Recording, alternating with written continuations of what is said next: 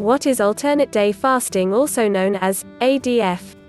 Alternate day fasting is simply when you forego a full day of eating and only consume non-caloric beverages like water, coffee and tea.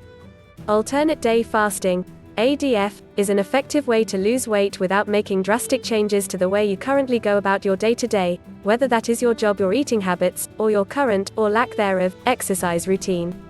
Simply put, alternate day fasting is when you take one full day off of food and you could, but really shouldn't, continue to eat in the same manner as you did before on your days on and still see changes and improvements in your overall health and weight loss. To get the maximum benefits from alternate day fasting, you would ideally incorporate improved eating habits and utilize an exercise routine, which in turn will help you build muscle and therefore burn more calories at rest.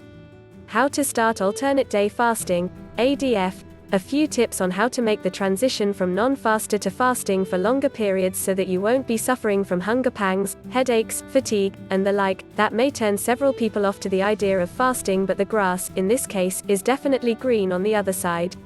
Firstly, start small by skipping your first meal and breaking your fast with lunch, and then try skipping lunch and then dinner and so forth until you can easily do a full day fast without feeling like you are going to die.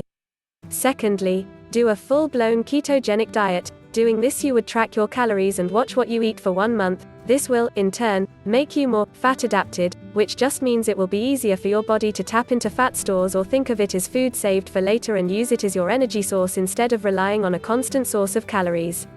Thirdly, try adding some sodium and/or potassium to your day-to-day by adding it to your water. By adding some sea salt and salt alternatives to your water, you will keep your electrolytes up. This will also help if you choose to do a keto diet, as it will prevent you from getting the keto flu, which is really just your body releasing carb stores from your body, which releases water and with it electrolytes, which in turn will make you feel weak, tired and constantly thirsty.